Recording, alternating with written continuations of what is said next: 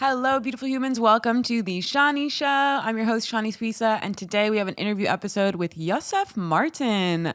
Yosef, aka Joe Martin, is the founder of BoxyCharm, former CEO. He is an absolute beast, just really out of the box thinking entrepreneur. So smart. So happy that I had him on. Very knowledgeable in marketing as well. And also just a really cool guy with a lot of great stories. We spoke about so much. We spoke about BoxyCharm, the makeup industry. We spoke about Elon Musk buying Twitter and that debacle. We spoke about the Masvidal and Covington fight outside of Poppy Steak, which he was actually there at Poppy Steak that night for the fight. So that's pretty exciting. But yeah, we get into so many different areas and I think you guys will really enjoy it. He also dropped some serious bits of advice throughout the podcast just on business and hiring, firing, partnerships, so much, like so much. And he comes from such a serious wealth of knowledge in this area. So really, that was really cool. And of course, the conversation was just awesome. So hope you guys enjoy. I want to remind you guys to follow the podcast at Shanni Show, follow me at Shanni Suissa, and of course, follow Yosef also. Let me tell you guys his handle. It is Yosef. It's YFL Martin. So that's YFL Martin. Oh, I think I just finally understood what that was for. That's Yossi, Florida, Martin, right? I mean, I didn't ask him on the show, but now I'm just assuming that. Also, I wanted to offer to you guys something that I think would be awesome for the listeners. If you guys are interested, please just shoot me over a DM. I would love to start some sort of Telegram group chat or some group chat or group anywhere for the show. I think it'd be really cool to be able to engage with you guys. So if you're interested in that, please let me know. Shoot me over DM and we will get that started. Even if it's just a few of us at the beginning, I think it would be really fun. And we do talk about building communities and online communities on the episode. So you'll kind of hear my train of thought in that regard. Today's episode is sponsored by BetOnline. Our partners over at BetOnline continue to be the number one source for all your betting needs and sports info. Find all the latest sports developments, including updated odds on the NBA playoffs, fights, and even the next season's futures. And don't forget, the MLB is back as well. Who are you picking to win the World Series? BetOnline is your continued source for all your sports and wagering needs, including live betting and your favorite Vegas casino and poker games. It's super easy to get started, so head to the website today or use your mobile device to join and use our promo code Bleav, that's BLEAV, to receive your 50% welcome bonus on your first deposit. BetOnline, where the game starts. Okay, completely separate to this promo, you guys, but I have actually really been wanting to get more into betting lately. I think it's because of the MMA Hour. Like, people are just making so much money. Connor keeps putting up these like tickets of just crazy situations. You know, someone puts down $5 and they win $500, and I'm like, why not? You know, that sounds like a good time. I would want to make $500 off $5. Don't you?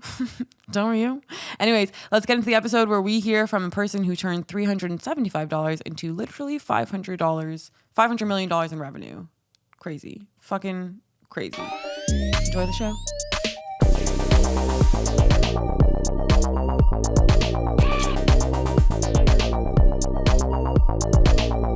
You're a badass. You get all this stuff over here.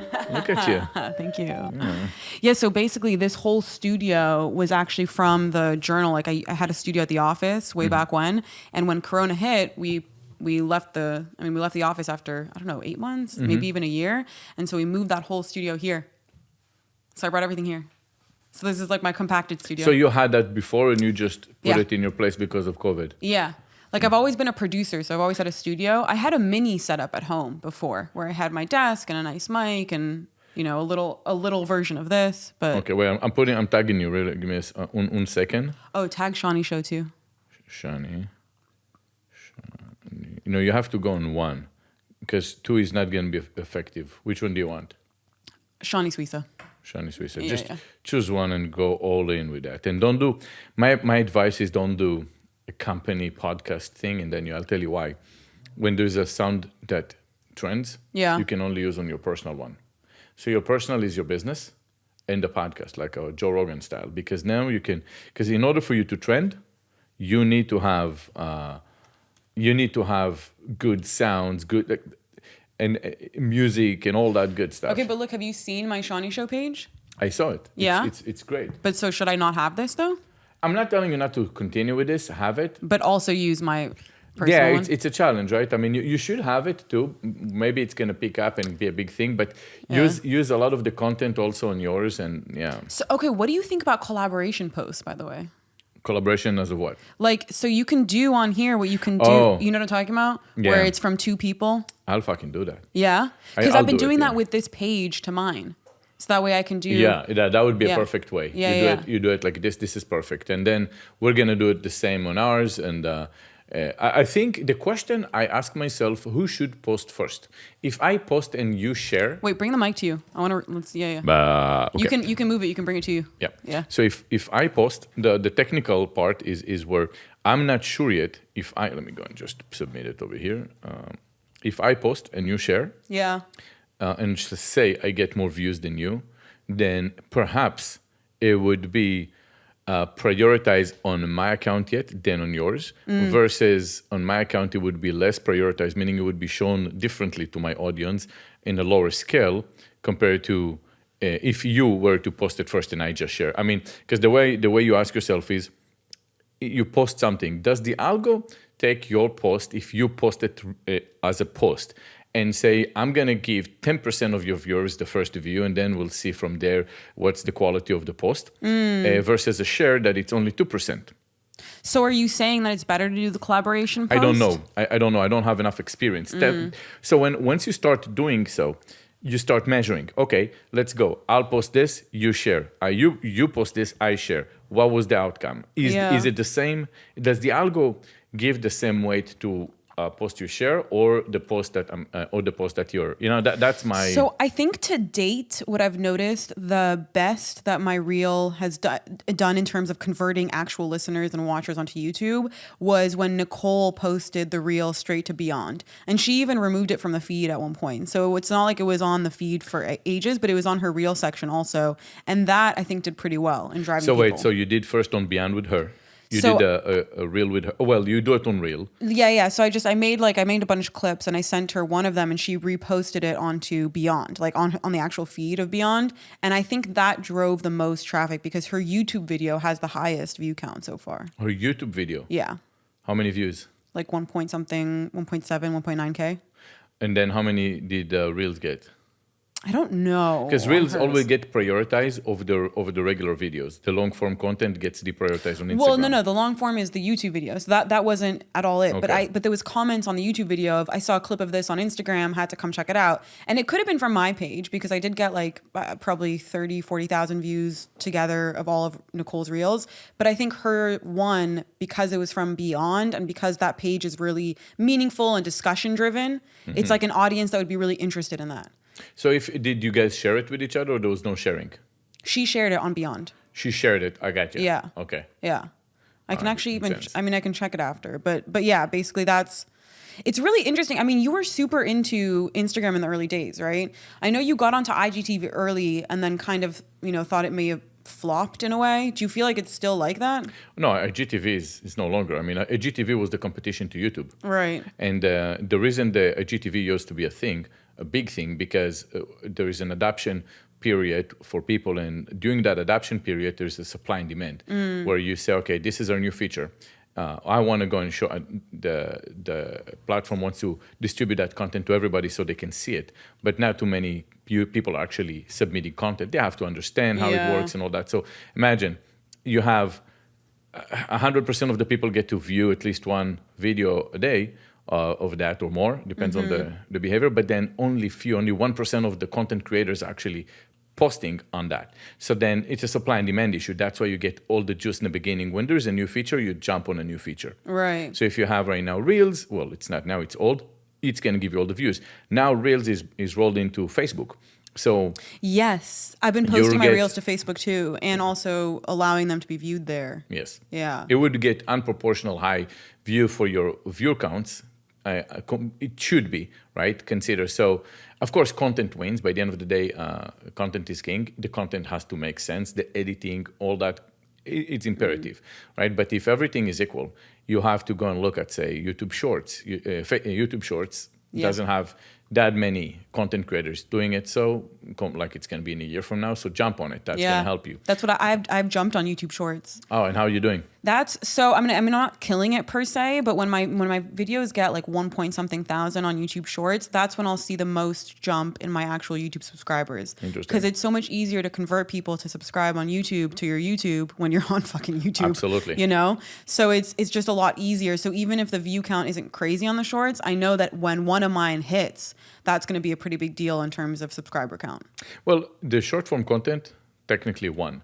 Right, it really won the arena. God, it's something that stops us from reading books. It's something that stops us from it. Even I can tell you that me as a consumer, I can tell you that back then I was watching, say, I'll jump on Netflix. I would get into a series very, very quickly. Right. A movie. Now my attention span. Oh my God, it's not the same. I'm watching a video. I'm watching a movie, and you need to capture they have to modify the movies. they have to do something about this. And I must have, it was something. They need to release movies in clips. Yeah. So I actually noticed Nicole using a timer on her Instagram, and I'm doing the same now because I want to go back to where I was, where I have some patience, especially when I don't run a business now, and I can just enjoy and watch a good series, and I can't. I mean, the series has to start with some serious action and someone shooting everybody for me to grab my attention. Otherwise, I'm going to move to something else. I also love action. No, I like what Nicole did, that timer thing for the Instagram. Yeah. You basically lock yourself out. I mean, it's genius. The only problem for me is I feel like I'm so focused on the show right now that I'm constantly looking at what's happening, what's trending, what's going on, what can I capitalize on. So you have to find the balance. But if I watch TV now, I have a rule. I put my phone away. Because otherwise, you're watching a show, it doesn't grab your attention, you're going to start scrolling through shit. It's hard.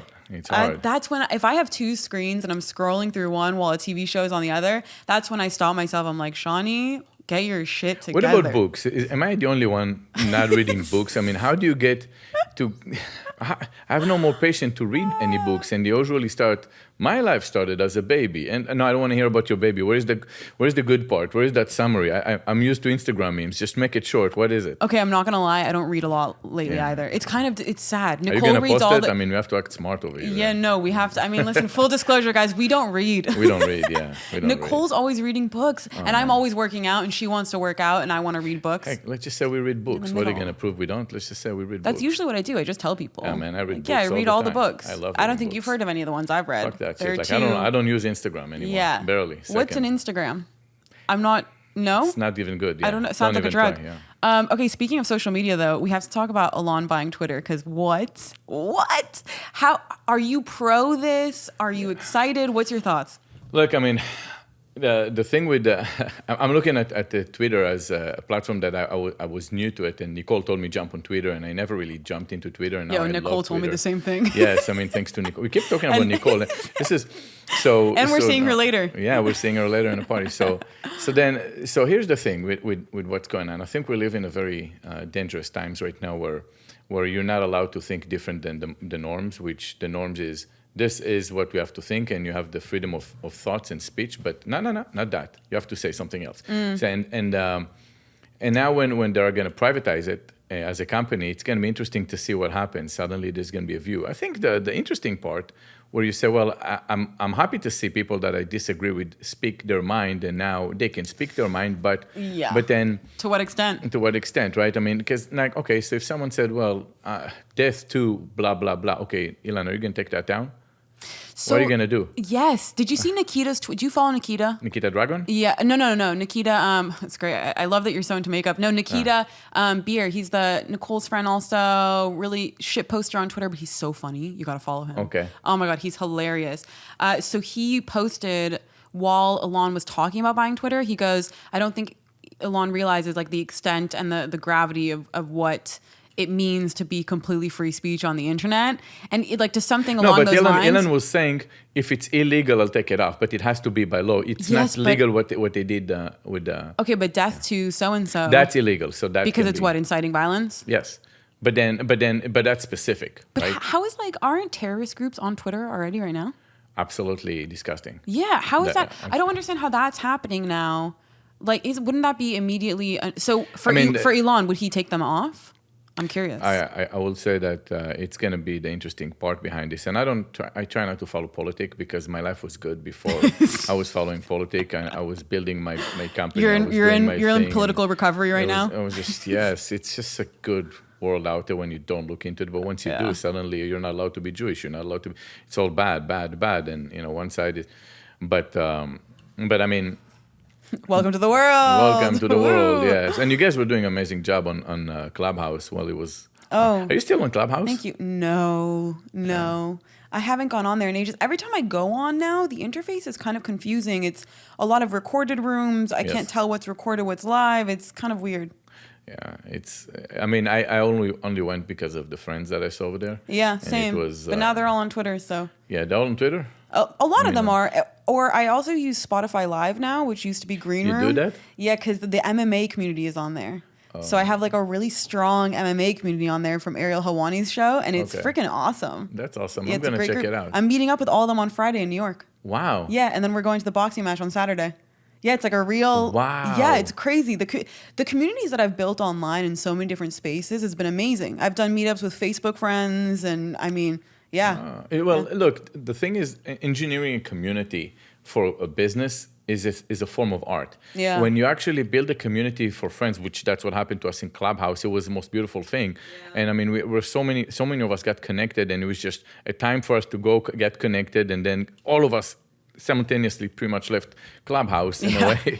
But it died in unison. I don't think they're dead. I think there are other people that just jumped, but the OGs left, right? Yeah. It was that. But I mean, look, community for me was imperative for what I did with Boxy, and I can keep thinking about what's going to be the next, because a community is a group of people in the same space with the same interest activating together.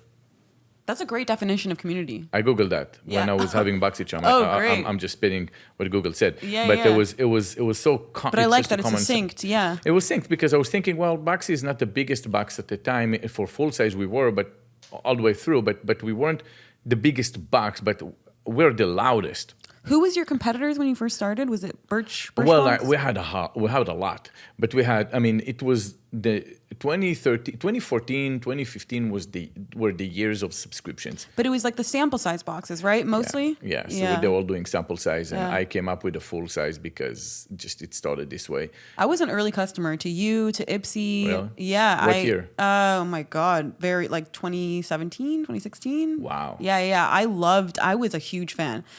You guys got me on some ad or something. I don't know, really? Somewhere. Yeah. Not an ad. We didn't do any real ads some until Facebook 2019. Situation. I know that's where I buy everything through Facebook. Like that's where my shopping happened for a long time, and people would catch me. But what got me about you guys, because I had Ipsy before, was the fact that yours was full sized. Yeah.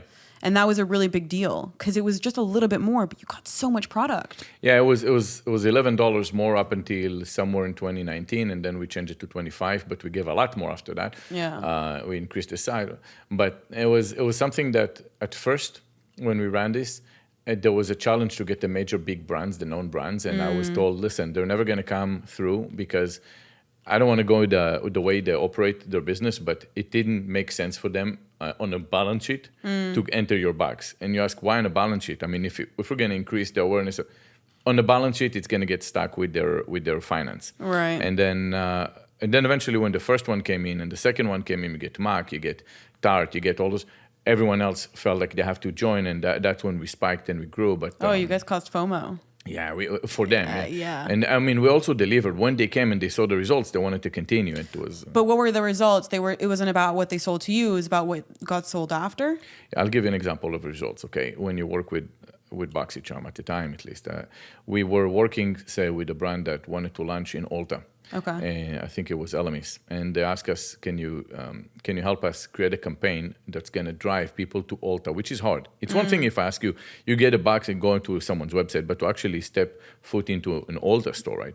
And I think we did 900,000 units with them or 800,000 units with them.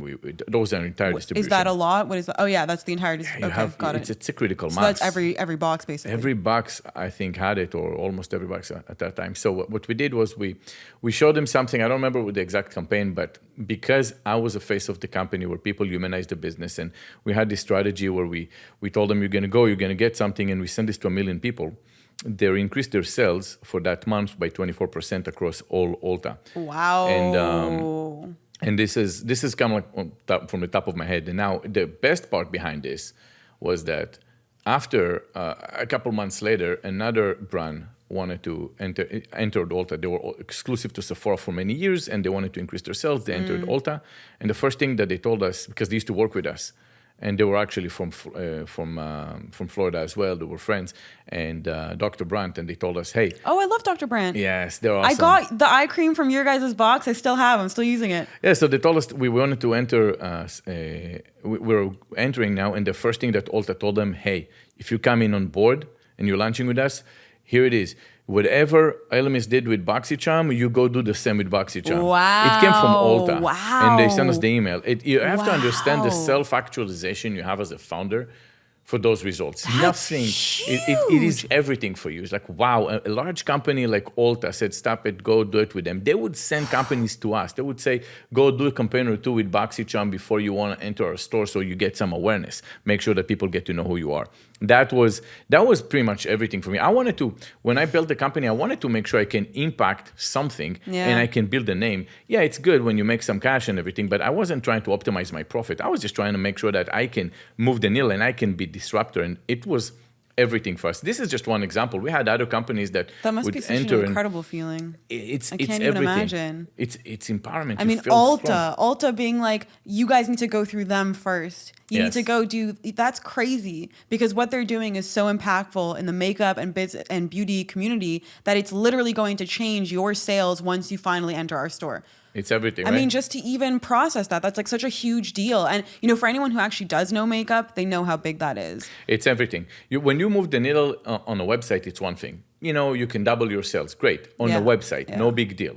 In your mind, right? You think, okay, it's still great, right? Because the campaign costs you absolutely nothing. We pay you the manufacturing, we're doing. But when they actually move people into stores, countrywide, I don't know, I think they have, 1,000 stores or 900 stores. So many. I mean, they're huge. Stores. And online. Yeah. So it was. There are endless examples, but that's definitely one of those parts where you said, we built something amazing when you have 1 million members. It's a community. But going back to how do you build a community when I online communities. An online community. So gathering. So when I said it's a group of people with in the same space with the same interest activating together, I think the biggest challenge is what is the space. What is the space? Okay, what is it? My website? Is it gonna be the Instagram page? What is the actual space? And you kind of like struggle with that. Oh, literally, where are they going to be interacting? Correct. What's the platform? What's the platform? Because look, if I tell you right now that your cousin is launching a brand, are you gonna help him out? You're gonna help him. It's your cousin, right? Of course. He doesn't have to do much, right?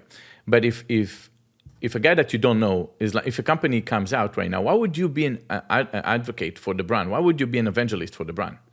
So you say, well, I really like, let's just say we're doing jewelry brands. Right? You buy those jewelries, right? And you have plenty of jewelry brands, but only one jewelry brand actually has the face of the founder. Now you humanize the brand. So that's one step that they have. They all have the same type of jewelry, but one is not a faceless company. So mentally, emotionally, you might have a different connection to that brand. Right. Okay. So it was one thing. That's when I checked out around 2017 and I opened up my page to be public. And when I saw that it's actually working, they like it, it really creates such an excitement. People like to hear the creator's story. The founder, right? Like Anne McFerrin, the content that she puts out now for Glamnetic, I think is fantastic. Amazing. It shows her story. It gets you invested in her, and then it gets you invested in the company. You want to support that. So I completely agree. I feel like that does change things. That is the first so that's time. one. That's one. But then how do you actually get that amplified a little bit more? Because that's way too easy. In order for you to actually succeed, it needs to be a little bit complex, so there's going to be a barrier to do it. Otherwise, everyone can do the same. So you need one or two more steps. Now it's going to move from being an actual ingredient into a recipe, and that's harder to come by. So then the recipe part is, okay, now a space. So I found at the time that Facebook forums were the space. Facebook the first groups space. were the shit. I made so shit. many friends in there. I'm in so many Boxy groups right now, like Trade, Ipsy, Boxy. You know all those groups. When they started, we had only 3 for BoxyCharm. There were plenty for the competition. For everything else, yeah. And then when I joined at first because that was somewhere in 2017. I remember I joined just so I can hear the sentiment over BoxyCharm and the products and everything else. Because in my mind, it's all about the product. And the product has to be great, the experience has to be great. Let's hear what they say. And when they approved me, they said, well, how do I know you're really, who are you? Like, we're only doing women over here unless you're a man into makeup and you don't look like a guy that's, wait, shit, are you the owner? So then I had to tell them I'm the owner, but listen, if it's too invasive, that wasn't my point. My point was just to hear the sentiment. But so they were so happy that I joined and they post my picture, said the owner of BoxyCharm joined the group. And I told myself, those are the super charmers. Yes. Those are my most passionate people. I got to give them something. It's like the VIP. They got to get a VIP service. Yeah. So your day one supporters. My day one supporters. So I said, I'm going to let you know what's going to be in the box before everybody else. That's what everybody wanted to know before the next month box. Yeah. So that's how it all started. And then one day I posted on BoxyCharm's page that, hey, if you guys want to know what's next month in the box, it's not going to be here. Go to the Facebook forums. Oh. That was the first time. And then in one day, they got tens of thousands of people joining them. And then you join a community that all they do is talk about Boxy. You're going to be more advocate from where you were. You're going to be joining them. And now that was the space. And then there was the part of activating together. So how do you activate together? So I would say, well, go tomorrow at 3 p.m.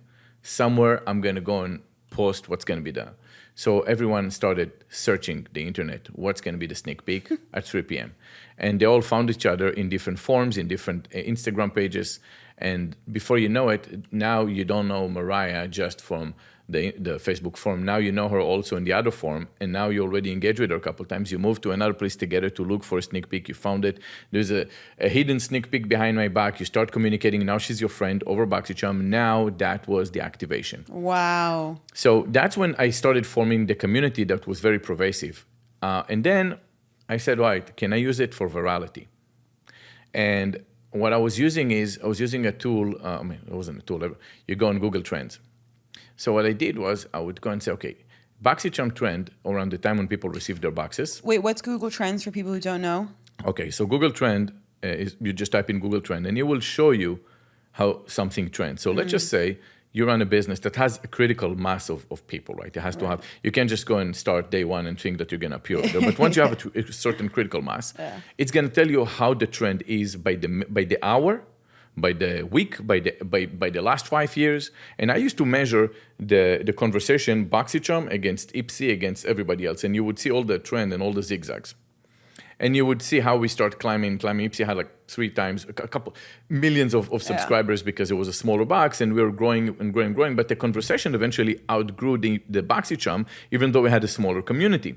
And I kept looking into it and I said, all right, I'm noticing that during the week we have a trend where when we go on the first of the week, on the month, the sneak peek, there's a spike a little bit. Then when people receive their boxes, there is a trend. But in between, it's down because people don't talk about this. Okay. How can I lift it? So I would go in between and throw a sneak peek to the members in between. But what I did was I would say, in order for you to trend, you need to spike the algorithm and let them know that you're trending. So let's just say you have 300,000 people about to talk about you. I don't want it to spread around the month. I want it to be in 1 hour.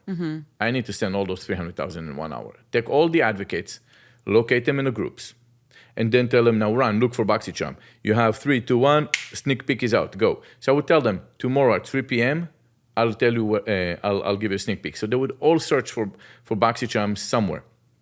And they wouldn't know where it is. So the searches on Facebook, on YouTube, on Google would spike the algorithm. And you would look at Google Trend and you would see within the hour the spike, boom. So you give them, basically what you're doing is you're giving them like a very unspecific just announcement. I wouldn't tell them the location. I would tell them what's the happening. time. Okay. I want them all to do it at the same time, but then I need this to be across the net. But you have them to search it, right? To search it. Exactly. If you told them like, hey, go directly to this Facebook page, here's the link at this time, then nobody's searching it, they're clicking through. Exactly. That's freaking genius. So then I think it's actually very simple. All you have to do is once you see Google Trend and you say, oh, wow, wait a minute, I did this. Oh, it What's worked. happening Oh, there? let's try this one. Oh, it's working. Right? So, but the point is, once you do it every month for years, that's what I used to do twice a month, 3 times a month. On the time when no one was searching BoxyCharm, that's when I would go to those members. So you're and tell them, always trending. Yeah, I was always trending. So in that regard, what happened was, if you were to post about BoxyCharm, you would trend.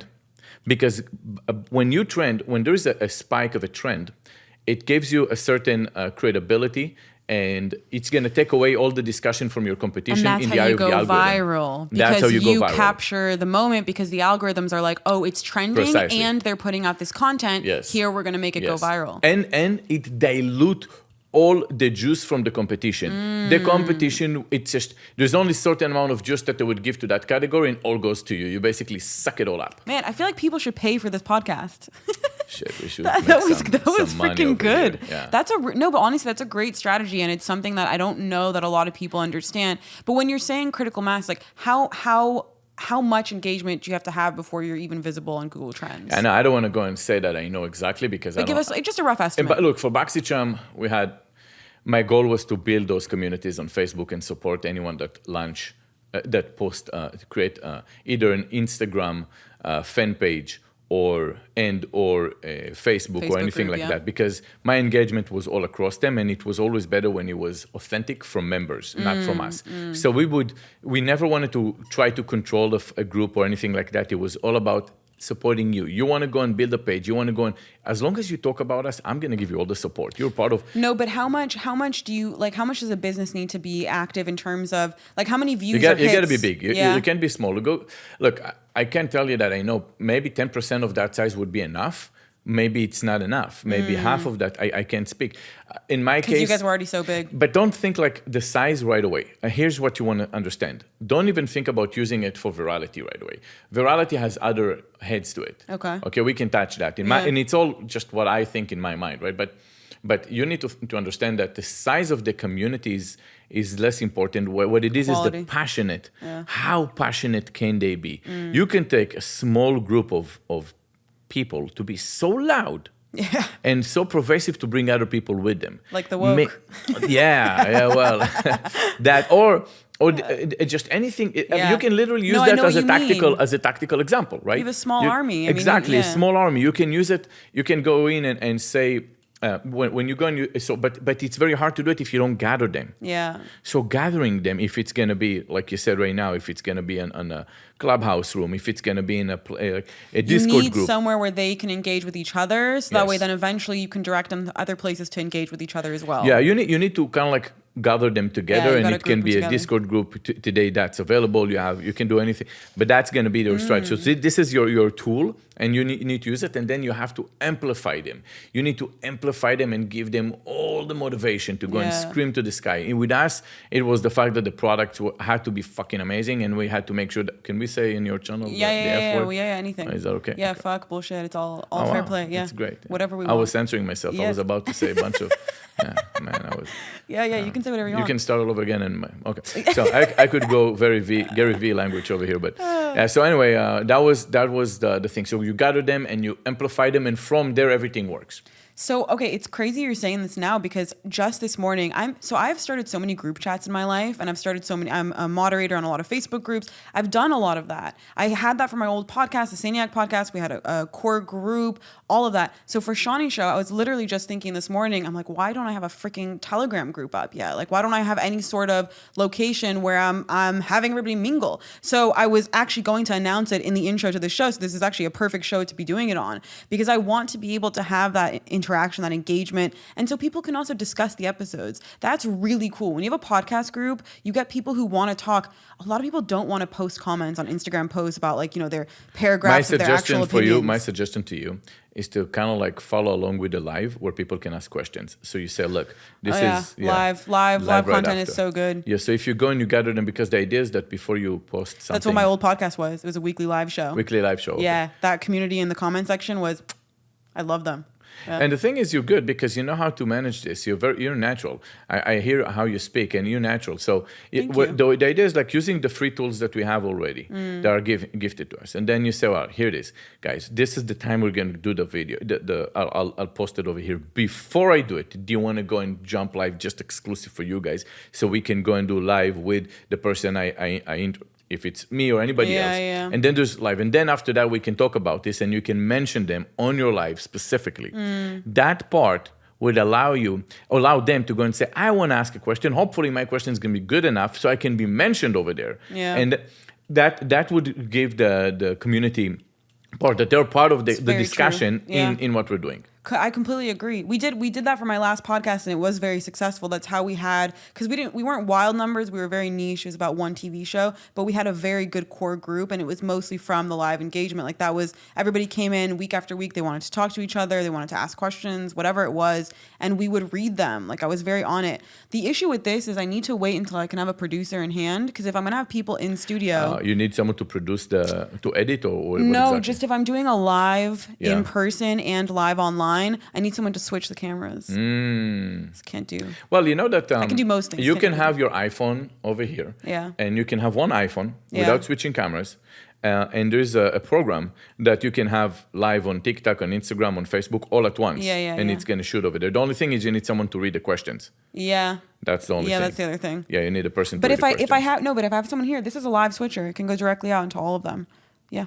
This is like one of the, like you can see here, like I switched these guys. Huh. Yeah. Yeah. Wow. It's cool, right? Yeah, that's cool. It's freaking crazy. It is. I know. I want to be able to use it. Yeah, I'm gonna have to set up something. This is. I'll help you whenever you want to do it. You can call me. This is like what I do. I love setting up studios. It's so much fun. Really? Yeah, it's like it's the best. No, but this info is so cool because I feel like you've capitalized on so much of the social media marketing that a lot of people missed the boat on, and especially with Boxy. Boxy was it was crazy impressive. When I met you and I connected the dots, I'm like, what? He started Boxy? Because I was a big fan. I'm a huge makeup person. You know, I love beauty. I love makeup, but the actual concept, first of all, subscriptions always appealing to me because money constantly. Yeah. And it was just a really good concept. And you really disrupted the industry to a way that I don't think it's going to recover.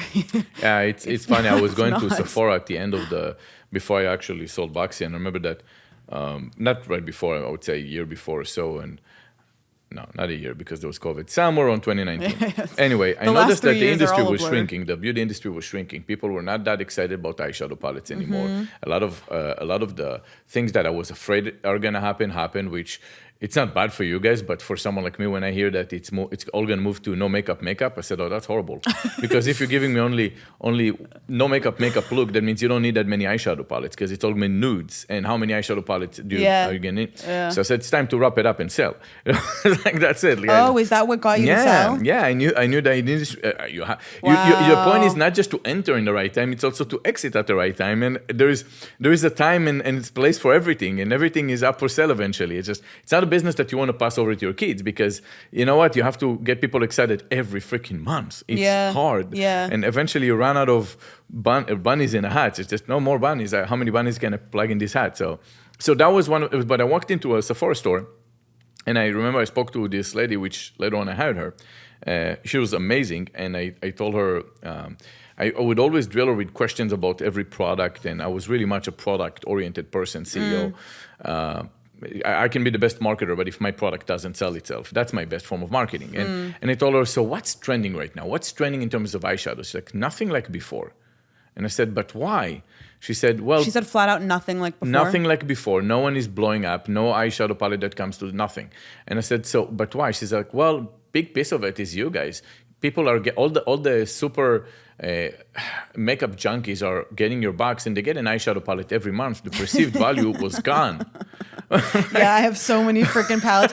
I've given so much makeup to my little sister over the years because it's true. Yeah. How many foundations can you use? How many eyeshadows can you use? How many eye creams? Everything. Endless, okay? Endless. Keep buying them. It expires, but it does expire. So you do have to be cautious of that. But yeah, it's an interesting business. I mean, you guys, what you did was so impressive. But something that you did that was crazy to me during the pandemic was coordinating the hand sanitizers for your boxes. I need to know that story. Well, I would say that around the end of 2019, I knew we were going to run into a problem. And I was... Why? Who'd you get intel from? You were just our shipments got delayed because the virus in China. And then the defense minister in Israel said, it will hit us all. It's going to hit 70% of the global population. There is no way around this. And that was in 2019. Now he's the prime minister. And I took him seriously. Wow. And I knew that it's a problem. Now, my biggest issue, you have to understand, I was already selling the business, and we already got all our bids from big investors, big private equity groups. And the deal was the company was supposed to sell at the end of March 2020. Okay. March 25th. Shit. That's when everything That's needs when to be okay. everything Let's shut bid. down. Here's the wire. That's it. And I had that doomsday feeling. And I said to my partners, guys, we need to push him to do it in February. And my partner said, no, Joe, we got to give him the time. And I said, I understand. And they were right. There was no way around this. But I said, I have a bad feeling the virus, don't worry about it. And our shipments were delayed. They shut down the ports. Yeah. But not the flights outside of China. Okay. And I thought about this. And I said, it's a problem. Anyway, when things hit the fence, I guess it's good that I was paranoid before, because I was not surprised. 15, or it was March 15. Did you guys have to pause? Like, what happened to your boxes? Or did you have enough inventory? Oh, so here's what happened. So let's start with the fact that everything had to pause in the process, because March 15, everything was shut down. And on that day, when that happened, I think a couple of days before that, there was an issue where they said, don't ship. I remember that's when I called the founder of Oxygen Development, and I told them, I need hand sanitizers. Oxygen, not the channel. You don't know. Anyway, it's a big manufacturer. Yeah, it's okay. a big man. I said, I need hand sanitizers. And he told me, okay. And I was one of the first. Actually, I was probably the first. And he said, I just got a guy mentioning that, another call about this. I said, let's go. And he said, oh, yeah, well, I still have some, I have alcohol, so let's go. But it's not going to stay, so good, let's go. So we did something with him, and it was another brand. We ended up buying more than we needed. Okay, that's and good. We got stuck with the rest. No, it's not good. Oh. Because you know how many you need. You got stuck with some? Yeah, really? but you couldn't offload them? No, the reason was the problem that we did the first ones good, but then the other ones came and they got delayed because that was made in China and there was a supply chain issue. And by that time, when that got delayed, the whole thing. But you know, it's just a small minor. Yeah. I mean, we sold it with the company as inventory, so it was all good. But I want to say so. But you know, so we were supposed to have the sale at that time, and then 10 days before that, all the buyers, because there were few. And actually, there was one at the end that stayed. They said, we got to see where the world ends. Yeah. But then I think at the same time, a competition, Ipsy, heard that we're for sale, and they said, we're coming in. And we said... wait, was Ipsy not in any of the initial bids? They were not. They heard 2 weeks before the end of all this, in March, that we're for sale. And they said, we want to buy. I said, you guys don't have the money. I said, we can. We have big partners with us. We can get the money. I said, okay. But we're apprehensive because you just don't know. I'm going to give you all the data about me. What if you're just trying to fish around? So we said, we give you whatever data we give you, you have to give us the same. Ooh, smart. And they were serious. They weren't fooling around. They weren't trying to, they were good. They were just really trying to go and because the vision was, look, together we're taking over. It's there a is power no brand. It's a powerhouse. That's it. And so it was coming from a good place. It wasn't coming from, but they came in and, they paid $100 million more than the one before. And, Hell yeah. So everything turned out to be good. So I said, all right, let's go. But when did that actually end up going through, though, pandemic-wise? Well, it was in stages. First, they gave us a bid, and we said no, in which I said yes. My partner, we said yes, but we had to act like we said no. So he said no. But we said no because it's negotiation. So you said... Inside you said yes, but outside you said no. Yeah, of course. How are you going to say no? Yeah, if it's 300 million, well, who's going to say no to that? Yeah. The world is falling apart. Yeah. So I said, but we said no. And we said, if they're serious, we're going to walk away. We said, we're not interested. Don't come back to us. Yeah. And we're going to wait. And they came back and knocking on the door. And we're like, but we said no. And like, yeah, but let's talk. I said, okay, we'll talk. But we said, finally, it was just literally a tactic that I'm not going to take the credit. My partner was amazing. And he has more experience. Can he handle all of my negotiations? It was amazing. it was really good. And he said, this is what we got to do. And I said, it makes all the sense in the world. Yeah. I'm worried that they're going to say, okay, and they're not going to come back. But you know what? Fuck it, let's go. Yeah, but they were they gave you guys all their data. I feel like that's quite telling. I mean, we shared data with each other at first, less, then more, and then eventually. But when you go through a due diligence, you have to take a risk. It is what it is. And we went through a few good months of due diligence. And look, the only advice I can give to anybody that's going to sell his business, understand that there's going to be multiple standoffs when you have buyers. Mm-hmm. and it's not their business to know they're the only one.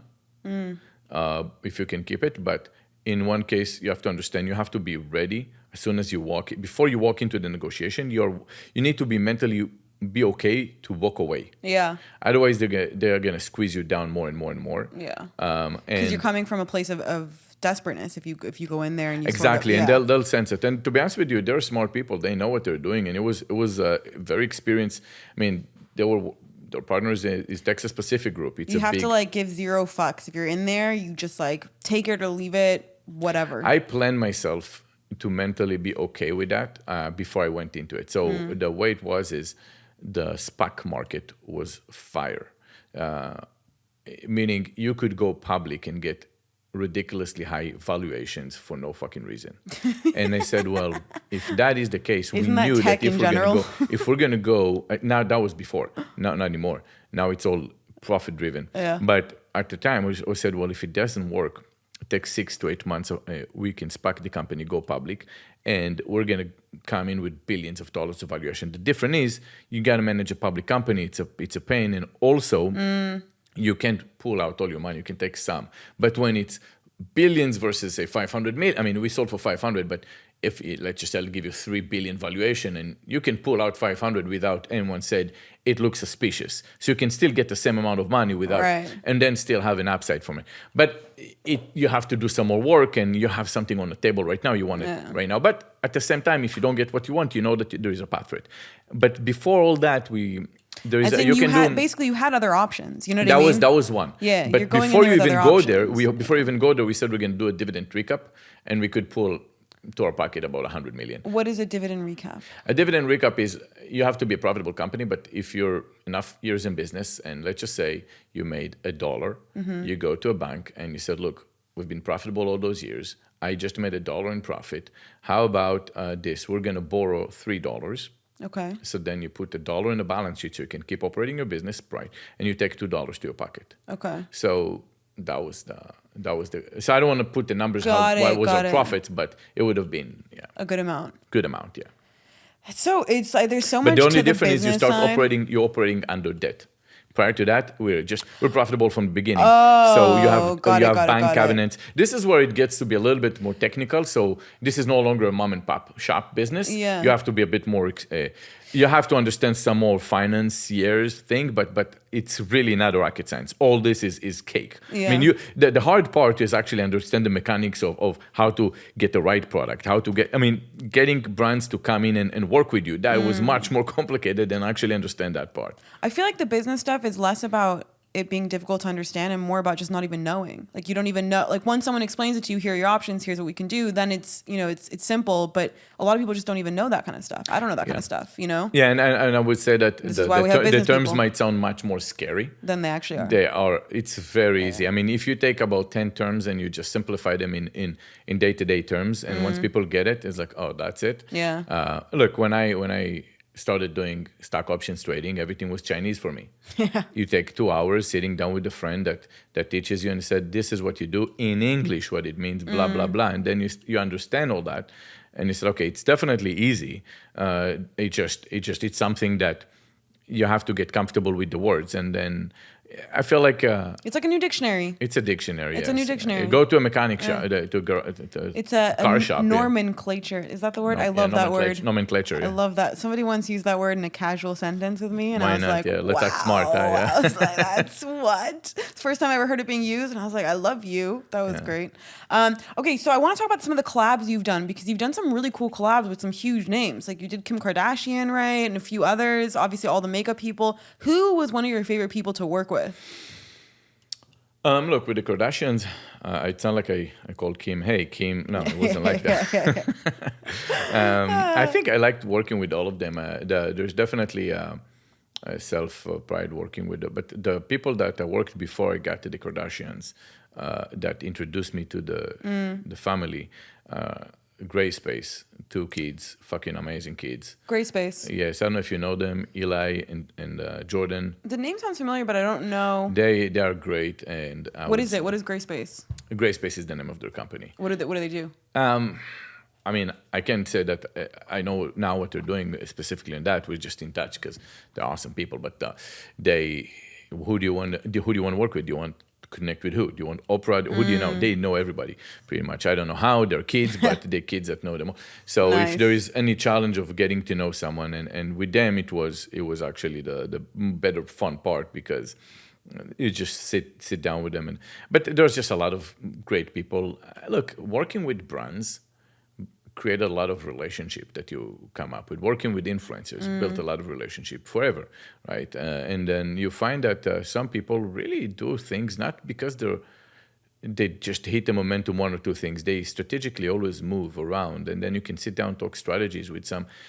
You find yourself with an influencer and a husband, and they'll be brilliant. And you understand that they didn't do it because they got lucky on the momentum when they did Instagram at the right time. And no. And which is brilliant. No. They know how to work it. They understand all the elements of how to go viral, and you come out smarter from a conversation. So do you think that's across the? I mean, would you say that that's a generalization of influencers? No, it's not. You have the 1% in any community you're going to go to, right? Anything you do, right, in life, there's always those exceptional ones. Right, but as in what you're saying is that everyone who does have that kind of a following has worked for it or understands it to a certain extent. Yeah. I never argue with success. Even if someone got lucky, don't get me wrong. Some got it really, really fast. Yeah. But still, like that, it didn't come because they were sitting down doing nothing. They tried. They elevate themselves. Look, there is the conversation I would have with influencers many times was kind of like how to go viral on the specific things that work now, and how did I know to go and jump into IGTV early? Someone told me. Right. And then you understand, supply and demand, you kind of get it, right? There are some things you pick up by yourself. You tell them, and then they pick up something. It's just a powerhouse. Everyone is sitting. Imagine this is a community that everyone wants to stay relevant and go viral. Everyone finds an angle. Everyone sits down and look at the same problem from a different angle. And everyone's going to see something else. So what's one piece of advice that sticks out to you that you remember from an influencer that really worked? It doesn't have to work now. Maybe it's not evergreen. Yes. But many of them were no longer relevant. But look, I remember when I was sitting down and one of them told me something.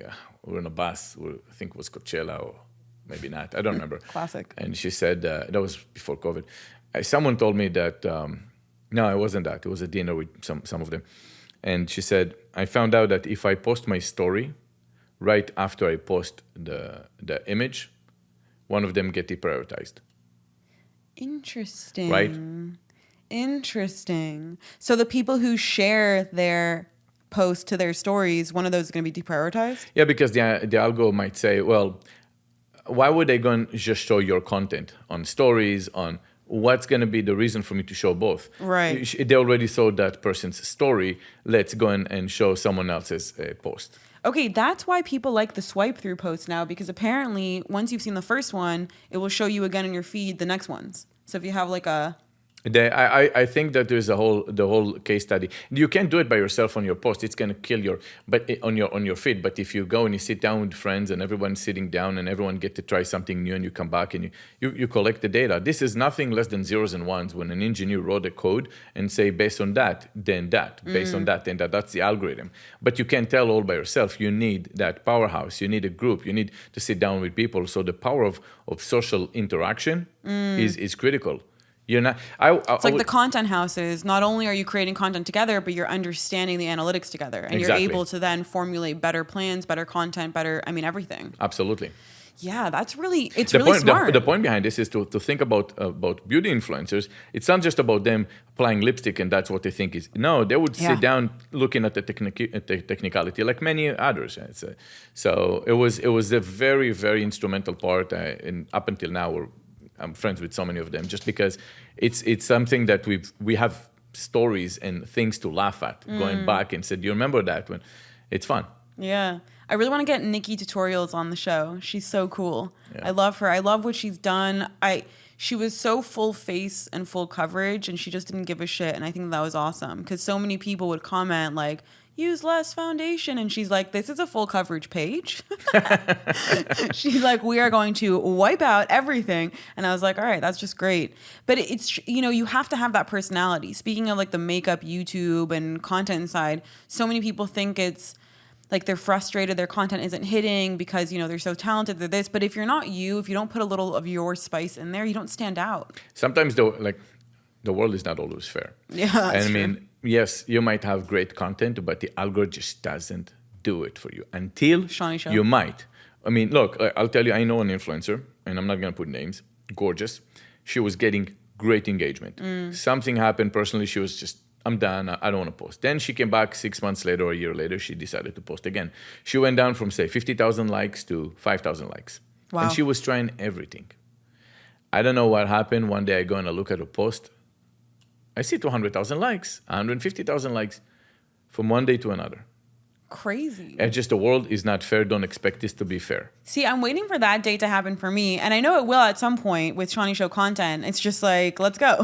The rule is very, very simple. Content is king. Yeah, content is king. You just have to keep going. Yes. It's just all about, look at Leah. She hasn't blown up obviously to that extent, but she had like within a small time span, a crazy spurt on TikTok and on Instagram because these random videos of hers hit to millions and millions of views. And it was just one on each. And her other reels obviously hit more because, she was growing the following, but those two drove like a ridiculous amount. Yeah, you can see that commonality with so many that were nothing and then boom. Yeah. When we're talking about Nas Daily, I don't know if you saw his story, but he was doing about 100 videos and he was about to stop or something like that. And one of them hit 100 million views. So you keep throwing it out there eventually if the content makes sense. But it's always good to not just go and count on this, that if you're going to keep doing it, it's going to work. You always have to ask yourself, would I watch myself all the way through? And in order for content to actually work, the understanding the algorithm to a certain point makes a lot of sense. Now, you're going to go and do a video, right? A beauty tutorial, for instance, right? And you do a 10-minute, 15-minute segment where you go and you do unboxing for Boxy, right? Or whatever it is. But let's just put that. Yeah. I was looking at YouTubers and I was saying, what's going to be the one that's going to shine, right? And I kind of I asked myself, all right, if I'm writing the code, it's easy. I know that I want people to look. I need the engagement to be more than the next person that does the same category of content. So if you can keep them longer, you won. Okay, then what are the rules? Well, let's take out all those parts. Okay, let's make sure that the attention span is going to keep running. So if you look at my face, every few seconds when you blink, it's going to be a little bit here, a little bit there. So it's going to keep you engaged. It's gonna hit your attention span properly, a little bit better than the other person. The voice, monotonic versus not monotonic. And those are the tools, right? Then as a person, you just gotta be interesting. If you're not interesting, if you go in and you drop a pencil on the floor and you have to stop it, let me put it in because it all has to be perfect, versus I got it. That's going to be a little bit more relatable. Personality. So personality is going to be there, but it doesn't cut it because lots of people have personality. But you have those little tools, eventually it's going to catch up. And if you go and you keep consistently showing better engagement than the next person that does it like you, then you're going to win. It's funny you mentioned the quick cuts on YouTube. I don't know if I love those, but I do agree that they absolutely keep the attention so much more. Do you know who's Antonio Garza? Yeah, name sounds familiar. Makeup artist? No. Antonio Garza she's posting content on trans. Yes, I think so. I want to say I'm not sure, but trans. But what she does is she posts content. Okay. On YouTube, and it's zoom in, out to the sides, going in and out. This is for little kids because their attention span is much less than us, right? If your attention span is 6 seconds, theirs is a second. Wow, that is right? depressing to think about. Moving aside, just don't lose attention. Focus. Yeah. That's what. So, and that was I noticed that in 2019, right? And it was literally when I was looking. I remember Kathleen Light is an influencer. She had 100,000 followers, and I saw her videos, and I knew the editing that she does. Plus, she's charismatic. Yeah, she's natural. I told her, "You're gonna have 1 million in a year." It was easy to see it, and every day she would gain 3,000 followers. Now she has 4 or 5 million followers, but it was easy to understand. She does the same style where it's like quick cuts. And... No. But her editing, she would cut every 3 seconds. There's a cut, yeah. You can see a cut every 3 seconds. Yeah. It's like you're listening to one coherent line the whole time, and it's just engaged. You keep staying engaged through the entirety of the thing. There's just no frictions. Nothing. Think of a writer a good writer will kill all the adjectives before they release the book. Yeah. They write, then time to kill the adjectives. So, okay, but what's your thoughts then on that kind of style in a podcast? Like, you can't really edit a podcast that way. No, but you can edit the promo clips But you're going to a different consumer. The promo clips, yes. Different consumer. Yes, it's a different consumer. Interesting. As in, you're not trying to keep the attention on, you're really not trying to keep any visual attention. It's all audio. I mean, we have the video obviously on YouTube, but even when people watch that, a lot of times they're watching. Yeah, I put it out. Like if I listen to Joe Rogan, I'll put this aside. I drive. Yeah, and like sometimes he's going to go and whatever. have a screen. It's like, oh, what did we say in the start? And then you have to stop. You have to look at this, but it's once in a blue moon. Yeah. Wow, I do the exact same thing. Or like I'm at the gym and I'm listening. Yeah, exactly. And then, what are they talking about? Oh, no. This is a podcast that you've come out smarter from the other side, right? And what do I need a book for? So it's just, It's interesting you say that because I was thinking about reading, this was like a few weeks ago, how I would just much rather consume a podcast about a book than to actually read the book. Do you know what I mean? I'd rather have the author sit down with either another expert or whatever and like talk about the book, or an interviewer, than to actually read the book. I feel like because you can follow up, and you can't do that when you're reading. Yes, I mean, look, some books might be that good in the beginning to capture our attentions, but if now we get all spoiled with the short form content because of TikTok and Mark Zuckerberg, that we can't really sustain ourselves to read more than 5 pages without throwing up and wanting to throw it away. So I can't. So I need that extra boost. This is for me the to podcast consider. for the intellectuals, you guys. Yeah, guys, we're smart. Okay? Wait, okay, we're so smart. So what's your? Do you have an idea, some sort of innovation that books can use in order to be like? Should we release books in clips? How can we release? Pictures. I need more pictures. Should we release books in meme form, like each sentence in a new meme? Exactly. That would be much more engaging. Imagine swiping through like a meme book. I mean, that's I could do that. Okay, there was one other thing that you used to do. I think when you were still working at BoxyCharm, going back and forth between New York, you take these tiny planes. What? Why? You mean when I flew private? Yeah. But no. The fun ones, not the private planes. Like the fun ones where you're like, you're right behind the pilot. What are you talking about? There is like a really cool video of you on your Instagram where you're right behind the pilot, and it's not a helicopter. It looks like a plane. It looks like a little metal plane. Which one is it? Show me. Oh my God, honestly. There's no way. Because I've always wanted to go on one of these. Like, they look so cool. I didn't go on a small plane. I mean, it was Hold on. It was all. No, it wasn't a private jet. It wasn't like a jet. You were right behind the pilot. No, so it had to be a helicopter. It has to be. But then there was a photo of like a metal plane that looked so cool. Hold on, let me find it. It's so good. I can't. A metal plane. Yeah, it's like from the movies. I've always wanted to go on one. Okay, here. Was it this one? Show me. Is that a helicopter? Because around the same time, there's a plane. It's a helicopter. So here's the story. Is. Yes, it is a helicopter. So what happened was, back then, you guys are not going to enjoy that. I did enjoy that, but you guys will not. So 2015, there was JetSmarter. Everyone that knows will say, and JetSmarter was a company that raised a lot of money from people that believed that you can actually... Right, they were the rug pull, right? Yeah. I mean, it's kind of like a rug pull, but they went and they really thought that with subscription model, you can go and fly private. So the deal was you pay $9,000 a year and you fly as much as you want for a private, but with other people in the plane. So it was and it made no sense, and we all knew it's going to fail. Right, because isn't chartering like one jet way more than that? Like, no, well, I mean, if you think about they came up with the story that if you have a jet, if you're in New York, you flew to Florida, and in the meantime, the jet can work, go back and forth, and instead of just sitting down. But it made no sense. They thought if you're going to have enough people on the subscription, right, you only need it once every 2 weeks, every 3 weeks, 4 weeks, whatever it is. No, I was flying I was flying about every week to New York back and forth because there was every day a flight. Yeah. And then they added a free chopper from Teterboro or White Plain, which was to the city. Okay, let me jump on it. So that's what you were doing. So it looked like I I was a bowler and all that, but no, it was just 9,000. I did the math. I flew so many times that it would have been cheaper than flying, say, JetBlue. Yeah, of course it would. What do you Bum, mean? bum, bum. 9,000 per year? That's crazy. And I did this out of necessity to fly to New York to stay tuned to the trend with what's going on in the beauty industry. New York, LA, Vegas, bam, bam, bam, flights everywhere. So it's like, okay, let's go. And that was the reason you saw me with the private jets. Yeah. Even now after the exit, I don't fucking fly private. I thought that. Do you not? I mean, I don't. No, I don't. If I'm going to have... Am I going to fly by myself like a weirdo? No, alone. The guys, I want to fly by myself. No. Alone is weird. Alone is weird. With friends, obviously. But yeah, but I don't travel that much. I stay home. I stay in Miami. Everything is in Miami. I don't know if you noticed. We went for a Renaissance time. Everyone moved to my... So I don't really have... I know, that tax rate is delicious. A delicious tax rate, yes. Delicious is what it is. It's so good.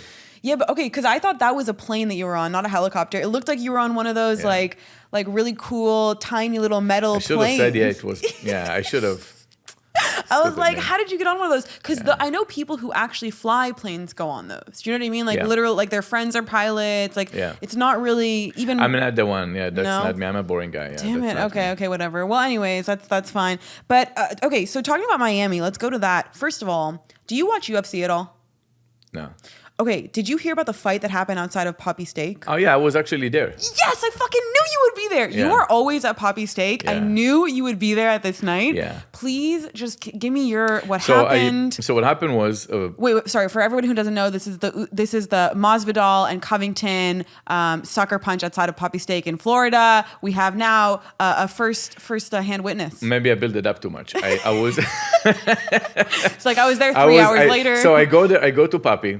Because a friend of my best friend from Israel came, and I kind of like I wanted him to meet my friends and everything else. It's like, okay, so come over. He's there. He's meeting my other friend Jason. Mm-hmm. I love how you act like this is a special occasion, but you're at Poppy Steak all the time. I'm all the time over there. So a lot of people see me on Poppy all the time. Poppy and Komodo. And it's like we want to go to Poppy. So I told him, let's go. So we go. We eat. We go out, and we leave Poppy Steak because we wanted to go and get. I think I wanted some ice cream after. I don't remember what it was. Sounds like my kind of So vibe. we really go to the other side, and then we come back, and we see tons of cops, and we ask what happened. They told us about the thing. So I missed the actual fight. You didn't have an addiction to sugar like the rest of the world, then you would have seen what happened. Honestly, I wanted to see somebody, some hypnosis or something, because I want sugar. I have a problem with sugar. I have a serious problem with that, by the way. I have a serious sugar addiction. I try and break it all the time. I've been doing better lately, but there's moments where it's... That's why you have no sugar in your fridge over there? Straight addiction to, oh my God, if I have it Once I get a little bit of sugar, that's it. The whole day is ruined if for me. If I see a cake, it's a beeline. Yes. Like, beeline to any dessert table at any party. A beeline? Yeah, it's when you go straight... A beeline? Okay, that's okay. Isn't that a beeline? A beeline. I don't know. It could be an A-line. Listen, my first company was Merchandise Liquidators, and I spelled merchandise with a Z. Yeah, that's hilarious. It took me about a year until I noticed, oh shit, did I write it with this? So yeah. It took you a year to notice? I mean, not a year, but it took me a while. It took you a while. Oh, because someone called me and he said, I'm selling the domain. I said, I have it already. It's like, no, I have it. Oh, wait, did I write it with a Z? Oh, stupid. That's hilarious. Now I know it was available, yes. Yeah, so. Well, it led you to 500 million exits, so I mean. Well, yeah. It was the stepping stone. Yeah, the business later. Yeah. Okay, but you were at Poppy Steak that night. It's a very notorious night in the MMA community. We spoke about. Oh, really? Yeah. Because, so what happened was it's those two fighters, they fought like the week before. Oh, it was two fighters in Poppy Steak fighting outside? I thought it was just fighter versus a regular guy. No, fighter versus fighter. They just fought each other as the main event in the UFC 2 weeks prior, maybe a week prior. It's the event. You remember on my Instagram, you saw me doing the UFC stuff? Wait a minute. Is that the Cuban guy that was talking? Yes. Oh, yes. No. I missed that one. Okay, but do you remember the UFC shit I posted, like when I was asking them questions at the press conference? Yeah. It was them. Oh my God. That was them. And then 2 weeks later, and that guy lost. The guy who went and punched him outside of Poppy Steak, he sucker punched him. He went in with a mask. He came up to him, punched him, whatever. That guy lost to the guy he punched. After that? Yeah. And so he started the fight outside of Poppy Steak, and then he lost the fight on the stage. He literally found out where he was, went to Poppy Steak, and then went and sucker punched him twice outside of Poppy Steak when he saw him come out. Honestly, I really slimy move. every time I see in UFC when have the face off. Yeah. I'm like, this is fucking bullshit. They're probably drinking beers. Like, why would you get so fucking No, angry? those two hate each other. Why? Because they spoke so much shit about each other. They used to be at the same gym. Then one of them it just caused so many problems. So they're both from Miami. That's a very tricky question. They both call themselves the King of Miami. However, only one of them is from Miami. It's interesting. Okay. The other one's not from Miami, but still calls himself the King of Miami. It's confusing. We don't know who really is the King of Miami at this point. Although, Well, Papi is the King of Miami. Yeah, Papi and Papi Dave Steak is the Gratman. king. Exactly. Dave and Papi are the kings of Miami. That's, yeah. But he they pressed charges on him. He's like being sued or charged. I don't know, because he broke his Rolex. So the damage ended up being very expensive. So it ended up, otherwise it wouldn't have been even a charge. Interesting. Yeah. It's a crazy story. Yeah. Well, at least it's not a Patek Philippe. It would have been worse. I don't know watches, but that sounds, is that bad? No, it's more expensive. Yeah. My friend once got his Rolex stolen off of his wrist. Oh. That was really sad. Well, yeah, I mean, in Miami, they do it all the time. They steal watches. Is the crime rate there bad, though, how it is here? No, right? No. It's very sad to see what happens in LA. I mean, we have problems. Don't get me wrong, Miami. I mean, more people, more problems, right? Yeah. And then you have, especially when you have people with lots of wealth, they're a target. A friend of mine got robbed at gunpoint in Miami. And we were trying to figure out why. No, it's Patek. It's a couple $100,000 watch.